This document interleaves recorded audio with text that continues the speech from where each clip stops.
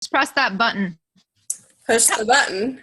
There's actually a tape from when I was like 4 years old, and I have my little like Fisher Price boombox, and I'm sitting there. I'm like, Mom, what does the blue button do? Mom, what does the blue button do? So I recorded over my like preschool Christmas program, asking my mom what the blue record button did, and then at the end you can hear Lena. She like realized what I was doing. Oh no! Well, I'm gonna mute my line because I have a child in the background. Are we expecting many other people, or should we get started? I think we can get started. I don't know. If people jump on, that's cool. But I can just give a little intro for those of you who don't know Elena and Ashley. So I always tell them that I'm too old for Instagram and I don't know what I'm doing on there. And they're like rock stars at it. So Elena found Ashley on Instagram, correct? Well, I found Ashley through Facebook, through like mutual friends, but Alex, who's my other coach, I found her on Instagram. Yeah. And so I know, Mara, you're really active on Instagram. Michaela has an account, but you're kind of like me, you don't really use it. I saw Kate on here. I think she's an Instagram girl. And Alexa for sure is. You're an Instagram girl. Oh. I log on and you're saying my name. Sorry. We're talking about you. Anyway, I've asked them to kind of touch on Instagram, but they're just going to talk about social media in general and, kind of having a good storefront and what that looks like. So I'll let you guys take the reins, and I'm going to mute my line, but I'll pop in if I have questions or chat them. Okay. This is going to be my first time screen sharing, so if someone just wants to let me know that we've got it. I'll also say, you guys, if you don't follow Elena and Ashley, you should, because they're both very, very good at it. They do it in a tasteful way, and they've got like great branding, I think is what I would call it. All right, can we see the slides? Are we good? Good. Okay. Yep. So kind of just in general, we didn't necessarily want to spend too much time on one social platform just because obviously there's so many of them and everything. So kind of just building your social media storefront, I think a big part of coaching. And even if you saw my live post today or anything that you'll see kind of any top coach post about, it's really building your brand, building your storefront, your story. I think all of that kind of ties in together. Because as coaches, like, we don't have a little boutique to go shop at. We're not showcasing our gym or anything like that. So I think with just the nature of this business, like, your social media truly is your storefront. So with that, your different platforms, that shows who you are. When you're attracting new customers or coaches or anything like that, that really, your social media, your pages, your different profiles and stuff are really a good opportunity to kind of show who you are and what you're about and give like a little bit of a glimpse into your life, to maybe whoever you're expanding your network with, whoever doesn't know you. So this is just kind of a quick overview of the platforms that both Ashley and I use the most. Obviously, Facebook we're all pretty familiar with. So there's obviously two different ways to kind of go about Facebook. So your personal page, that's your profile. In my opinion, that it's really sharing who you are and sharing your story. So when you have your Facebook page, that's a profile picture of you and a cover photo, either about like your coaching journey or something that's still, everything is just kind of clean cut. It shows who you are without too many frills or distractions or anything like that. And then on Facebook, there's obviously the like pages as well. So I think that is a little bit better for sharing your fitness journey, more of your brand, and reaching kind of a new audience. So we'll kind of get into more detail for each of these platforms as we go throughout the slideshow, obviously, but just kind of an overview. Instagram is kind of a similar thing where you can have multiple accounts. I mean, if you have watched anything from Chalene Johnson, she has a combined total of like however many millions of bajillions of followers because she has her personal account. She has her fitness accounts. She has like a personal style page. She has an at-home workout Instagram. Like she has all these different accounts, and each one kind of has a different look and feel. So personally, I have my own personal Instagram. I show my pictures of my niece and nephew there. I show pictures of me and my girlfriends and whatever, and just kind of a look into like my general life. But I also have a fitness Instagram, Fit Insta, whatever you want to call it. So that is honestly how I got started into this journey. I wouldn't have gotten started into health and fitness and coaching and all this stuff if I hadn't found that and made that Instagram and connected with that audience of people. But this is the place where you can kind of just overload and share, post all of your sweaty selfies, all your workout pictures, all your food selfies, and all that stuff.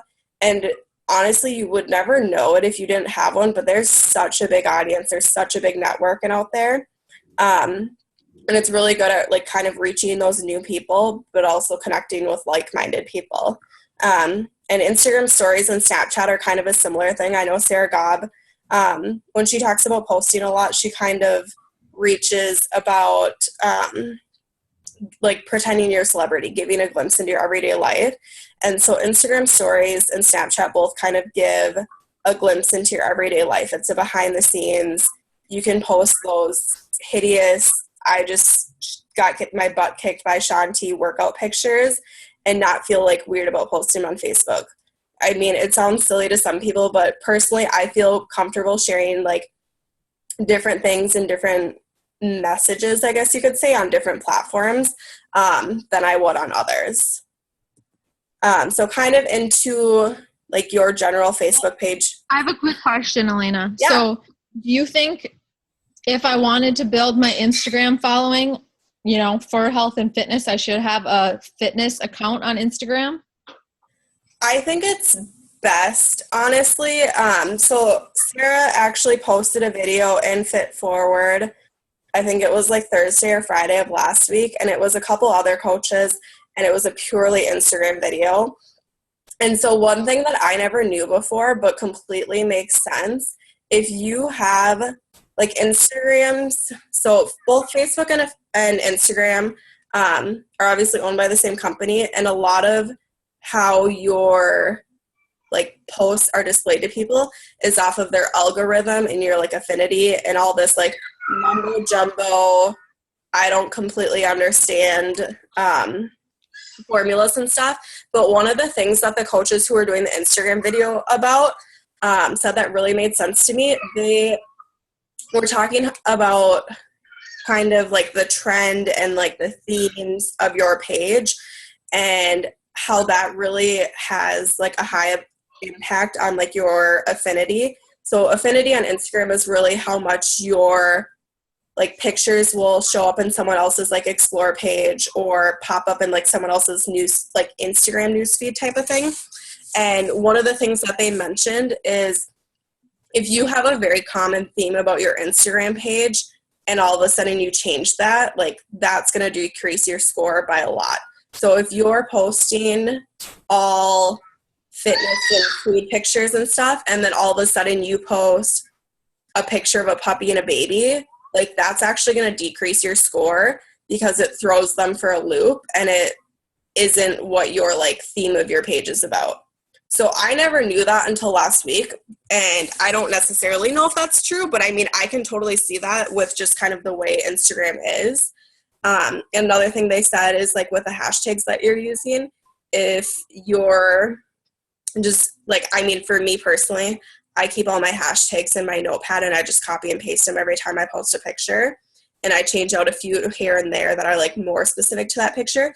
But if I hashtag like Nike and fitness and then I post a picture of my like Froyo cheat meal, obviously Nike and fitness have nothing to do with Froyo. Like that lowers your score as well. So all those things that like, I think there's a lot of things that they kind of talked about in the video that are maybe a little too in-depth and don't necessarily matter. But there's a lot of what they said that I was like, holy crap, I never knew this. Interesting. Okay. So, as a follow-up to our video, I would recommend watching that video too, especially if you plan on branching out to Instagram. And I'll go back and I'll find that and I'll post it when we post the recording of this video just so people can kind of see those hand in hand and follow up, because they were kind of touching on everything and they went just Instagram, but Sounds good. there was a lot of things that I had no idea about. Okay, so back into Facebook, I kind of already talked about it being like your storefront. We all know that as Beachbody coaches, like, this is our business, this is our brand, and your profile should reflect that. So this was something I'm actually like guilty of too. Facebook has that opportunity now. As soon as someone clicks on your page, you have a short bio, so you can add to that. A lot of people, it doesn't have to be your life story or anything. In fact, I think it should just be like bullet points or a few quick little tidbits and stuff. Not even full sentences, but something in there that has that you're into a healthy lifestyle or fitness or something. I think that if you look at someone's profile and you cannot tell that they are into health and fitness or that they are a coach, you're doing something wrong, because that's how you're going to attract people. If people don't know what you're doing, then you're not going to attract people. So your profile and your cover pictures should be just clean pictures, not like too busy or filtered or anything like that, just a view. So that's really the first things that are going to catch people's eyes when they look at your page. This is going to be repetitive over and over again, but using that 80-20 balance for your posts is really key. So obviously, like, the 80% personal life. So something that you did today, a cute picture of your puppy, your kid, just something about yourself, and then 20% business. So if you're doing your 2 posts a day,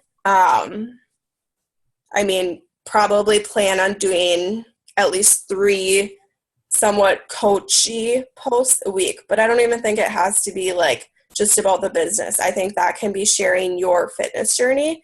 It can be that Transformation Tuesday picture, your Sunday call to action, your challenge group invite, sharing your PD or Shakeology, just something like that, that kind of gets that breadcrumb in people's mind. It gets you, people know what you're doing, and they kind of have that idea. Facebook's algorithm is kind of what I mentioned with the Instagram stuff. One thing I actually didn't know until Lisa posted in Fit Forward, Facebook's algorithm goes off of how much you're interacting and engaging with people. So one thing Lisa said, and I've been doing ever since I heard her go live in Fit Forward, when you make your list of people for that month, go and love up on all of their pages, because then when you start posting your coachy posts or your call to actions or challenge group invites or anything like that, you're more likely to come up in their newsfeed because you've been interacting and engaging with them. That's just the way that Facebook's little formula works. And then also, okay, sorry, I just want to check the chat. Facebook also favors new posts and new comments and new likes and all that stuff. So, I mean, we all know that obviously from our groups and our events and everything like that, that we have had. But if you wait until the next day to reply to someone's comment on one of your posts, that'll bring your post back up to the top of someone's newsfeed. It'll be like, Elena commented on her post. And so if I go back and I do that from my like call to action post on Monday, and I do that now, it'll repost, hi, and show up in the top of everyone's newsfeed again. So I always make sure, I mean, we have our like prime posting times. I always make sure I do that again in a prime time. So I'll post my Sunday or Monday night call to action post. And then when I comment back on that, I make sure I do that again at 6, 7 o'clock or whatever is my like good time, so that it boosts that back up. And then always keep engaging. So that call to action, the people you never think that would comment on your pages are people who respond to my call to actions. So even if it's not like a coachy call to action, like I posted a picture of essential oils and I was like, hey, first time trying essential oils, what's your favorite, or like what do you recommend? People came out of the woodwork for that because people love sharing their opinions. They love telling other people things, and especially about brands. People have a lot of brand loyalty and stuff. So if you just post anything with a question, like it could be a picture of my breakfast, and I could be like, what's your like usual breakfast that you have for the morning? People always reply to stuff like that. And then when you comment on that again the next day, again, just reboosts it. And this one I think is really key for new coaches, editing your privacy. So just going to settings, I know a lot of people, when sharing kind of their journey or those coaching posts at the beginning, there's always those couple of people that come to mind that you kind of want to exclude. You can always do that. You can always make your page public and then have it so that it's friends except Susie Jones or whoever you don't want to see that, because I know people always have that. So don't let that be something that's hindering you from sharing your journey. And I know one thing Mara had asked about prior to the call was with Buffer. So yes, Mara, with Buffer you can choose just certain people rather than just doing it in your regular settings, because it took me a few times. When you're posting on Buffer, you actually have to go to your Facebook settings and your app settings and then choose that particular app. And then you can go to like choose whoever you are or aren't sharing with, if that makes sense. And if not, I'm happy to walk you through it too. So on to some certain things about posting. Yes. So when I first started out, I didn't have a Fitstagram or Fit Insta. So I was really at a blank slate of what am I going to post on here. Hearing that people were trying to post like 3 to 5 images a day, I was like, I can't even think of one. So we just kind of brainstormed together some different ideas of what to post. Again, with the sneak peek into your life, I just think it's cool to like think of yourself as a celebrity. And like, I know for an example, like Carrie Underwood was in town this week, and she posted that she was at the soap factory. So that's something relatable then to all Minnesotans. So the more you post about little parts of your life, people are going to relate to that everyday stuff. So I just started including little bits and pieces of my day. And then like Elena said, that 80-20 part is around like 2 to 3 business posts a week. So that would include transformations. You can do takeaways from your personal development so people know what you're reading and giving them little nuggets that you feel are something great to pass on to others. Being proof that the product works, because you are that storefront for the product. You need to show them an example of what it's doing for you. So putting Shakeology in your posts, even if it's not the focal point of your photo, but having it in the background, like they're seeing that you're having that daily. And like sweaty selfies talking about the great workout that you just had. So really incorporating that you're practicing what you're preaching.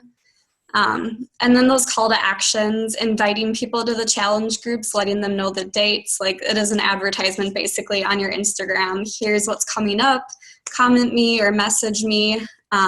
Great way to get people to reach out to you. Meal prepping, even using those containers. I know we probably don't use them every single meal, but when we do, to take photos of that. And like it's been said before too, stockpiling those photos so you can post how you use those meal prepping containers. And then one thing I just did this week, which was cool, was a challenger spotlight. I think it's really great to use that as the recognizing principle, and passing that forward. Then their friends are going to see that, and it's just going to spread, seeing not only what impact it's having on you, but on the challengers who have participated in your group. And then theme days too, just if you're wanting something to do every single week. In our recent challenge group with Elena and Alex, we actually had theme days every single day in our group. So there is at least some theme that they could post about, like Thirsty Thursday, Sweaty Saturday, and Sunday shares. So just having themes, or if you're drawing a blank what to share, you can hashtag that.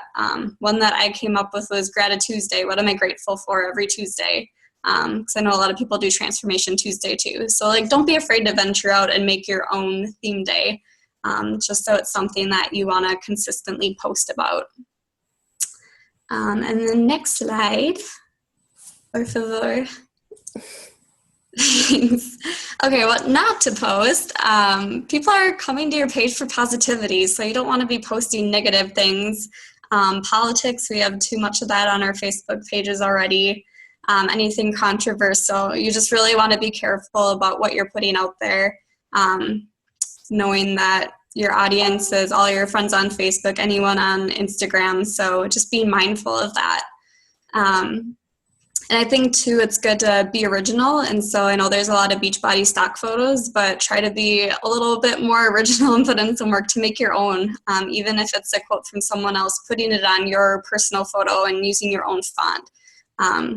And not including your Beachbody link. I know I'll talk about in Instagram how you can put a hyperlink, and that you should not be using your Beachbody link because that's just going to maybe turn people away thinking you're just selling something, and that they more so want to be there to have that genuine, authentic connection first.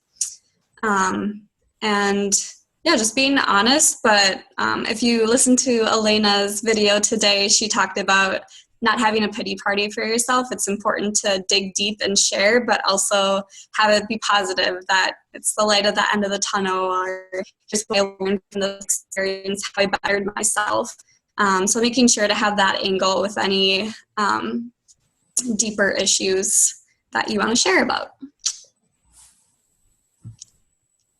Okay, so kind of going back to Facebook like pages, I know especially for Ashley, when she was first kind of starting out before she truly did her coming out as a coach and everything, it was a place where she could share more about her journey and be a little bit more open and honest and raw about her coaching journey than at that time she was felt comfortable with on Facebook.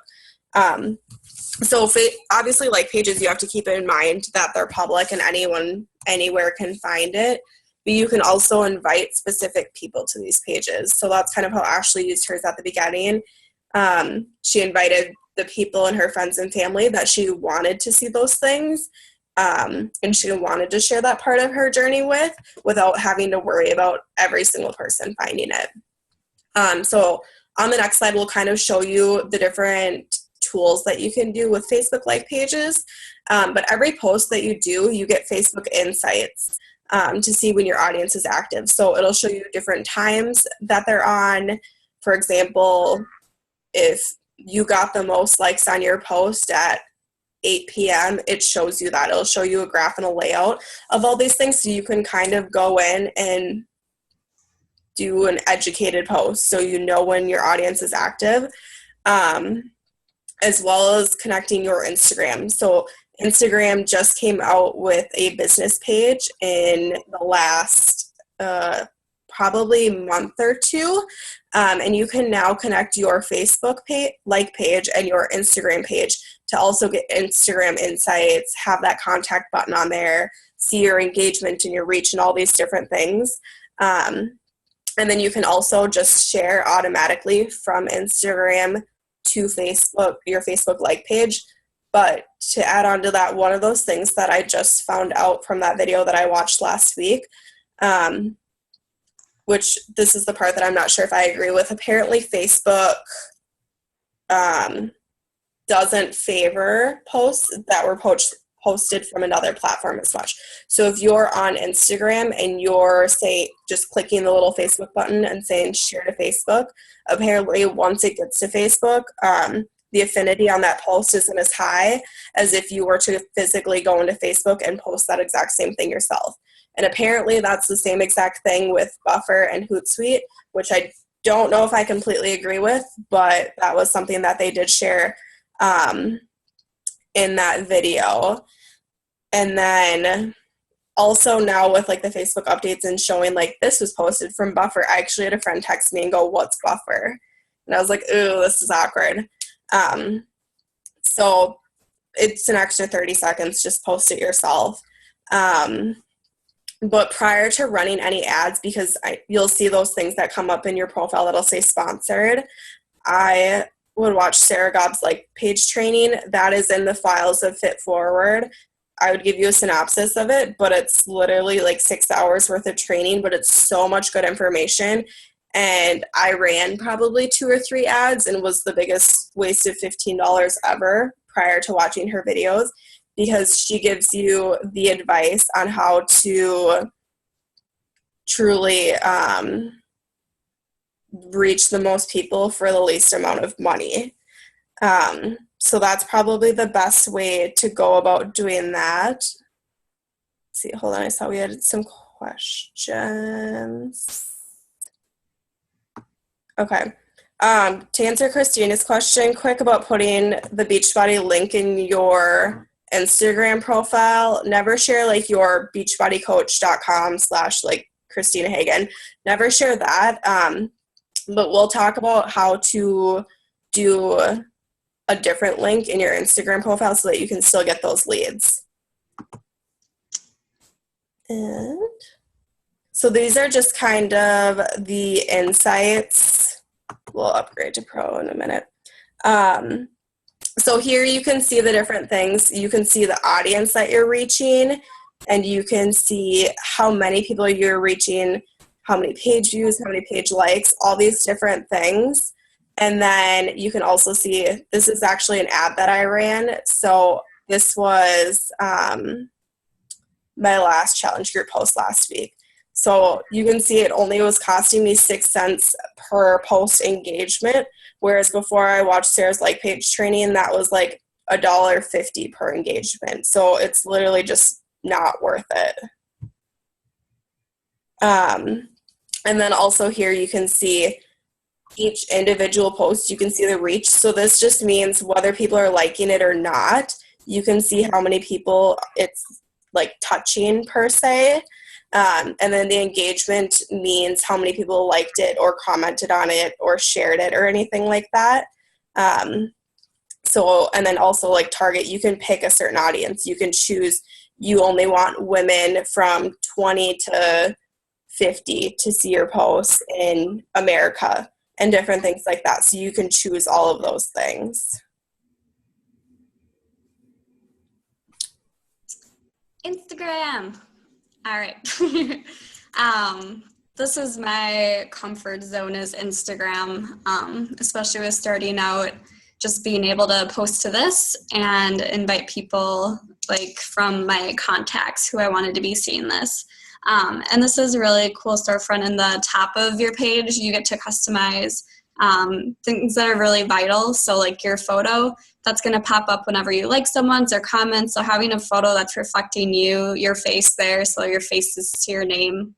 Also, we'll talk about branding yourself. So having your name be important, because again, with all those likes and comments, that's what they're going to see and associate you with. And then at the top, putting in some words that define you and make it who are you, because if people are looking for a coach, there's plenty of coaches out there. So what really sets you apart and what are your values? I know for mine, I put down like vegetarian, yogi, believer, just different adjectives that describe me so people get an idea of what I'm interested in. And then, yeah, going off of Christina's question, what you can post in there since you have a hyperlink. I got this idea from Elena, so this isn't me, but she created a Google form where when people click on it, they can enter in their information. So it's really simple, just putting down like their name, their email address, where they're from, what their health goals are. If they've worked with a health coach before, you can put down your full name so they can add you as a friend on Facebook. And then a space for any questions or comments if they want to reach out. And you can reference this link when you're doing those call to action posts or advertisements. Just say link in the bio if you want more information, and that way they can click on it, you get their email address and get to start contacting them through that mode. So that's what we used in the hyperlink of Instagram. And then let's see what else. So really just making it visually appealing. We'll talk about our favorite apps later on, and one of them is just a great way to edit photos so that they look bright, vibrant, it catches your eye, you can change the lighting. So really making sure you have good quality photos, because if they're just doing the 7-second scroll, they're gonna go through and see what catches their eye. It's good to have great photos. hashtags are huge. Like Elena said, she copy and paste from her notes. That's something I still need to compile just because it's working smart to be able to copy and paste that. And again, use it to the full. They're giving you 30 opportunities to connect with different hashtags. So might as well use all of those. And using hashtags that are going to attract the people you're looking to call out to. So thinking of your audience and what they might hashtag in their photos. Because I know a lot of times when they post photos, they click on their hashtags and view what else people have put out there. So if they put something like I hate running and click on that, then maybe they'll see your sweaty selfie like it was a hard run, but I did it. And I want abs, weight loss journey, just some other ones, like getting in the mindset of what are people going to be searching for. If you do hashtag Shakeology, only people who have Shakeology or know about it are going to find you. So you could be doing like my protein powder, my fix of protein for the day, just something where you're getting new audiences, not people who are already in Beachbody. And then connecting your Instagram account with your like page. This is a really simple way to post to 2 platforms at once. Okay. And yeah, this is where I feel like I can just feel free to put out whatever I want, because that Facebook like page can be a really good comfort zone for you if you're not comfortable with posting on your personal Facebook page or personal Insta. Having this where you can highlight your top posts. And you can also look at the insights with the coaching Instagram to see the peak times of the day. Like I know for me, it's around the lunch hour and then around when people are coming home from work. So I try to aim for those times. And I think we have a graphic the next page. Yeah, so the bottom left-hand corner is showing Elena's followers, like what are the peak times of day. Looks kind of across the board on Thursdays, but not posting anything at 3 a.m. And you can see the top posts. So, and then something from the other slide was that engagement. This is a really good way to reach out to new people. I'm sure this is how Elena met Alex, is just reaching out. And one of the things I caught from one of Shalene's videos was she has the 5-3-1 method, where when you go to the Explore page, where if you haven't gone to the Explore page, definitely check it out. That's going to bring up photos that are similar to ones that you like. And then from there, it's people you aren't following. So you can go to them, like 5 photos. So usually that makes you stand out as opposed to just liking one. And then commenting on 3 of them and having genuine comments too, like not just cool or an emoji, but actually like, hey, I love avocados too, something that you're actually reading their post, typical. And then the one is to follow them. So that Explore page is all people you aren't following. I think the more people you follow, the more are going to follow you back, especially when you're commenting. But that's opening the door for them to come look at your page and see what they think when they first see it. So that's why it's important to make it visually appealing and really emphasizing what you're all about. And then, let's see. I think that was it for Instagram. I guess this is just more the behind the scenes again of the impressions, the reach, seeing the engagement for each post, so you can get an idea like, oh, people really liked it when I posted about my workouts, or maybe they didn't like it when I posted about food. I should do that less. So just seeing how your posts compare to each other can help you gauge ideas of what you should be doing more of. So, question, how do you guys find your people on Instagram? Is it just the people who like? Yeah. Or are you going to hashtags and like searching other people's posts? Yes and no. For me, so after kind of like messing around with Instagram that Sarah talked about a month or 2 ago, I realized a lot of the comments, so chances are if you're getting a comment and it's just nice, cool, great posts, like random things like that, they probably have like Instagram or some other bot doing that for them, because those are all like the auto things. And even with like hashtags, that's how like Instagram goes through and like automatically people filter different hashtags that they want like bots to like. So I don't even think it's always like genuine per se if people are liking your pictures. A lot of times the people who I start conversations with are people where we like mutually follow each other. So if they follow me and they're liking and engaging on my stuff, and I'm liking and engaging on theirs, then I'll start up a message just, hey girl, like how was your day? Or like comment on something about one of their pictures that they just posted. Or a lot of times I'll even go through and someone who I am friends with or like who I think I'm similar with, I'll go through their followers and I'll just kind of start following new people.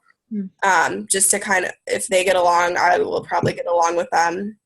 And a lot of, like, I unfollow a lot of people. I know a lot of people have 2,000 followers because they follow 5,000, but it just clutters up your like newsfeed, and I don't even think that you can see anything, to be honest. Like, I get sick of following too many people because then I can't love up on the people who I truly want to like love up on when I see their pictures.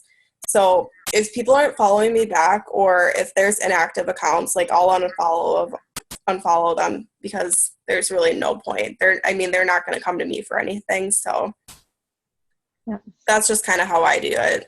And chances are, I would say 1 out of every 10 people that I message on Instagram even message me back, just because it is so hard to like see DMs. Like, you get a little tiny dot under that home screen button when you have a DM, and that's really it. But if they're not following you, it doesn't notify them that they have a DM. They'd have to go into their messages and then see, oh, I have a message request, and then click on that, and then click on your message to actually see it.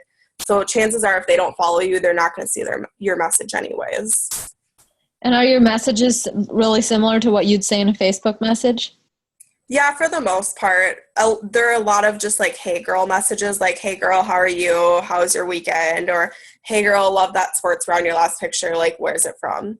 Okay. They're not really like deep and meaningful to begin with. Yeah. Some of them are. I mean, I found Alex on Instagram. I have a couple girls that I've been talking to this week that are freaking awesome, and I hope they start coaching in the next couple of months. I think Instagram's really good for finding free group people, because then you have an excuse to add them on Facebook and then like build that relationship further. So like when I'm doing a free group, like you can see right here. So this tiny URL thing, that's my Google form, and I can even pull up my Google form at the end, just so people can see that. But I'll put like literally just the Facebook link to the group there, and then say, hey, click that link if you want to be added to my free group. And then once someone like requests to be added to my free group, just so they don't have to go through the form and then add me on Facebook and then like go back and forth, I'll just put my free group right here. And then every time someone like requests to be added to the free group, I'll add them as a friend. So I got a fair amount of people the last time that I did that. Like it. Yeah. So kind of similar of Instagram. This isn't something that I think is a requirement, but I think it's something that kind of sets you apart. I kind of did this at the beginning, to be honest, because I thought I had to. A lot of the coaches that I followed on Instagram had these like super cool names. Another girl that I was like friends with who became a coach on a different team, like the same week as I did, she was like contemplating her name. So I thought it was like a must do thing. So that's why I did it. But I think it kind of sets you apart from other people. I mean, there's so many pages on Facebook that have like just someone's name. Granted, if you have health and fitness at the end, like people can kind of get the gist of it and what you're doing or talking about. But I think that by adding a name, this really helps with your brand. Giving yourself a name is essentially just more branding. So these are just some examples. Ashley is Ashspire Fitness. I'm Live Fit by E. Alex is Galaxy Fitness. One of our brand new coaches, Michelle, hers is Fulfilled Fitness. So, I mean, me, Alex, and Michelle all have these names, and these were essentially our Instagram handles prior to becoming coaches. And Ashley made hers when she became a coach. But I think it's just something cool to kind of set yourself apart, brand differently, kind of gives you a little bit more of like a business name. And one of the things that Sarah, I know has mentioned before, is always think about building a team. So as soon as you start becoming a coach and you start building your team and becoming Emerald and stuff, always treat your downline as if you're already a team. treat your downline as if you're the next Fit Forward.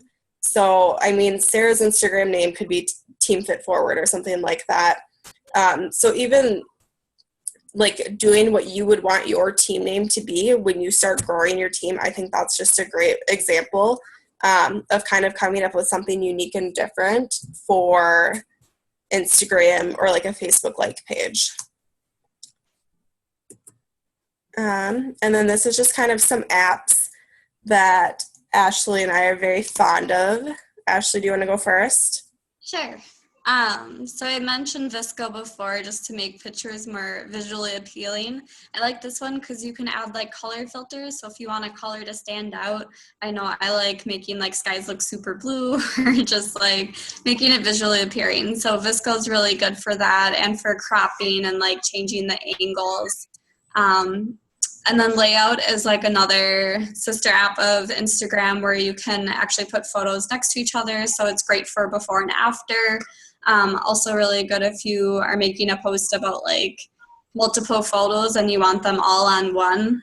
You can do like a square grid if you're giving shout out to multiple people. So just really good ways to incorporate more than one photo into one post.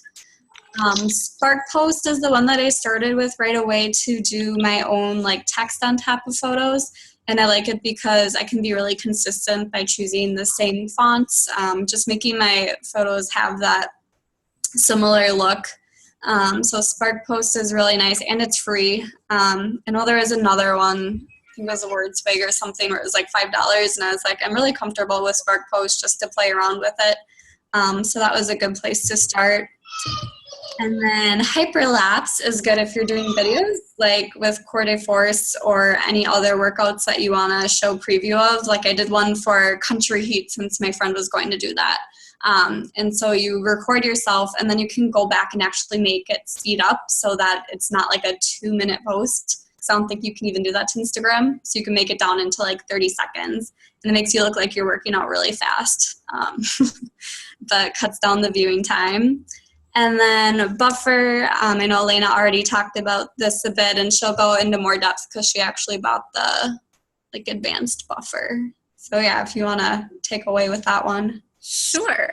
Yeah, so going off of Buffer still, I know a lot of you guys use it and use it like on your personal page. So Buffer is really great for scheduling out your posts, whether that be in a challenge group, on your personal page, your like page. So without the like $10 per month upgrade or whatever it was, I believe you can only post to like one page per platform. So I think you can post on like just your personal Facebook page, your personal Twitter page. I don't even know if you can do Instagram without the upgrade, to be honest. But just those things. But it's really nice because you can schedule out your posts. And even I believe Buffer also gives you insights to see like the best times of your posts, the most impressions, like the most popular posts. And I think you can stockpile them too to see, okay, this post performed really well. Why don't I kind of like revamp and recycle it a month or two down the road? So this past month, I actually did the Buffer upgrade and did that for my challenge group. So all of our like template posts, and then Ashley mentioned we did theme days. So we had our Motivational Monday, Takeaway Tuesday, like all of our different days. So whenever it was my time to post in the challenge group, I had everything buffered out because, to be honest, life has just gotten really busy. And in my last challenge group, I was kind of falling behind. I was like, why isn't Ashley posted yet? And I was like, oh, it's my day. So yeah, I think it just has honestly helped me be more efficient and everything. Canva for me, that's my kind of word art graphic app that I love. They have a desktop version and also an app. So they have different layouts. You can just put your pictures into layouts and templates and then kind of change the font and change that however you want. Followers is an app I use for Instagram. So I mentioned unfollowing either people who don't follow me back or inactive accounts. So followers, otherwise, there's not really a good way on Instagram to see if someone follows you back. So followers, you can just put your Instagram handle and name in there, and you can go and scroll through and see who's not following you back. And if it's really someone you feel like you want to keep following or not. So I use that to kind of unfollow people who aren't following me back. And then I also use Photo Editor. I use VSCO as well, but Photo Editor, you can whiten teeth, like God bless, because I like coffee too much. And then you can also do like blemishes. You can change the like coloring and different things like that. So those are my big apps that I use for posting on social media. And that is kind of our presentation. So I'm going to stop the screen share here. Look at our question.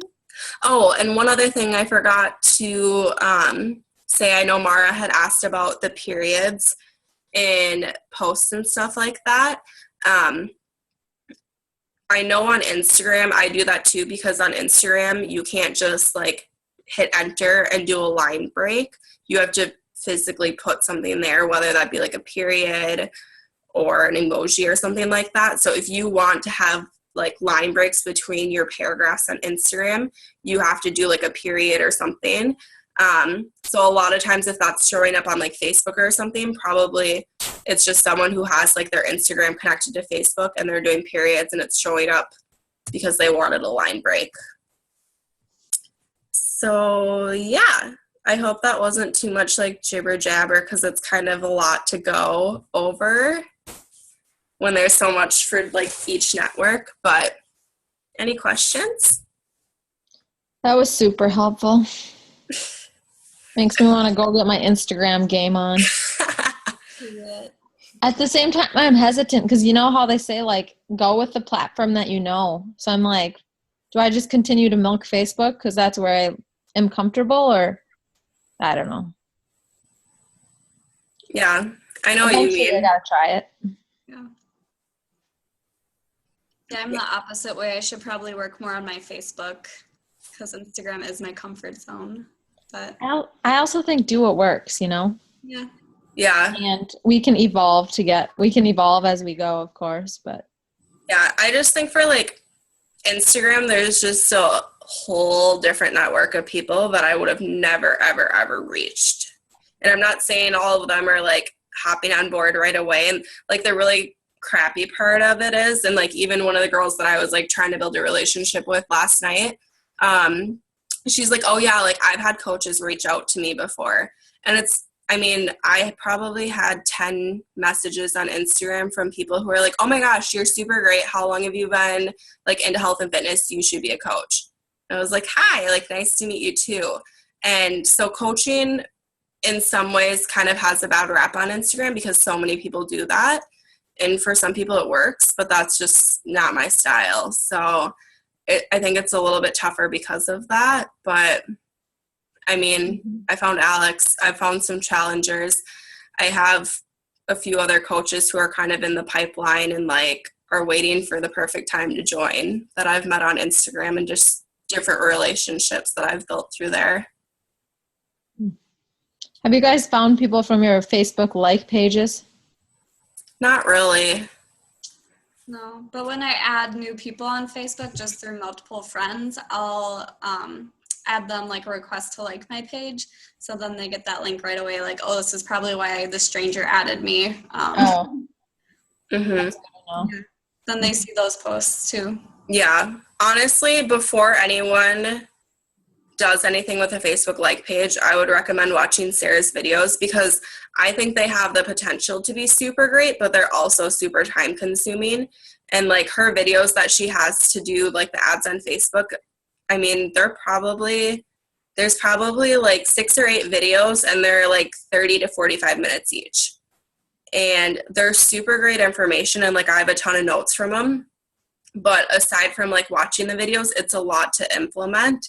And so I ran my first ad following her videos last week, and I got a lot of like reach and engagement. So I had a lot of people who saw my post, but I didn't actually get anyone like reaching out to me from it. So I think it's one of those things that you kind of have to build it up before it becomes something, but it's a lot of work to get there. Good to know. Thank you, ladies. Yeah, thank you. I can help you upload this, Elena. Well, you probably know how. You're like technology. She doesn't need your help. I'm just kidding. Yeah, she's like, shut up, lady. There's always random things. I mean, like, and I'll go back and find that Instagram video too, that Sarah posted, because I watched that after Ashley and I had like completed all of our slides and stuff, and I was like, oh my God, I never knew this. I mean, it's the same thing for like Facebook and Instagram, where like your post affinity goes up with like the most, so shares are favored highest. So if anyone shares your post, that will like boost it the most. Comments are next, and then likes are last. But one thing they said that I never knew too, and I don't know if this is the same on Facebook or if it's just Instagram, but if you have someone who's commenting on your picture on Instagram, essentially comments that are 3 words or less don't count. So they don't provide any boost of any sort. Is that the Instagram video that was pink and like gold? It was by like Sarah Jane Fitness or something like that. I have it saved. I can find it pretty fast, probably. Yeah. It's really long, and at first I was watching it and I looked up this girl on Instagram. I was like, you only have like 100 more followers than me. Why am I going to listen to you? One? But then she brought someone else. Yeah, that one. I'll post it. Okay. Yeah, then it was like a screen share, so it was her and it was another coach. And the other coach had like 8,000 followers. So I was like, okay, I guess I'll listen to what you have to say. And another thing with the Facebook like page too is you can share those posts to your personal page. So like with the Challenger Spotlight, I put that to my personal page so I could first of all like tag my friend, and then also you're getting more reach to your Facebook like page since people can see that. So just another way to like use them in conjunction. Well, then you're boosting that like page affinity by sharing it. Yep.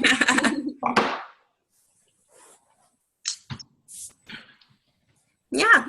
Well, Cool. that's all I Thanks, have unless everyone. anyone has questions. No, but I'll probably be messaging you questions as I go on this. Yeah. Well, and that's what I feel like a lot of this is. It's kind of something that you figure out as you're doing. So if you're, one thing I was going to show you guys quick is my Google form. Let's see. Do you get a lot more? Maybe if you kind of showed this, do you get a lot of people that like actually fill it out? A decent amount. Do you just like reference it, or do you have people like message you and then you say go to it? No, I will do that as my call to action. Okay. Why am I not? Oh, here. Let me screen share again quick.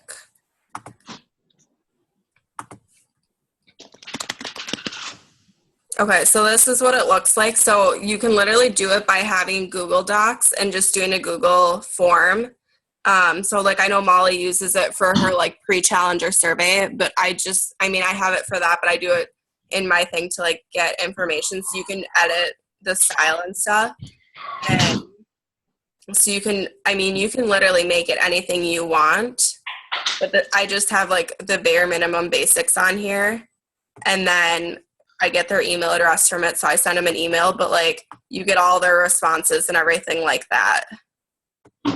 So Well, and as you go, building that email list is huge. So I'm going to start doing them for my every free group. I'm going to have them like just 3 things because I don't want to turn people off. But yeah, and I got the idea from other coaches on Instagram because I clicked on it. I was like, oh, what's this? And some of them were like, they were really long. And it's like when it comes down to it, I just need to know your name and your email address. yeah, totally. That's all you need. Yeah, so I just have that as my link in my Instagram profile is like my hyperlink, because you can't do a hyperlink like in the comments of a post. They can only click on it in your profile. But another thing with like having the Instagram business account, I can see how many clicks that's had. Wow. Awesome. Thank you, lady. Thank you. Yeah. And can you share the slides, Elena, too? Yeah, absolutely. Just post them. Awesome. Thank you much. You're welcome. Good night. Good night. Bye. Bye, everybody. Bye. Bye.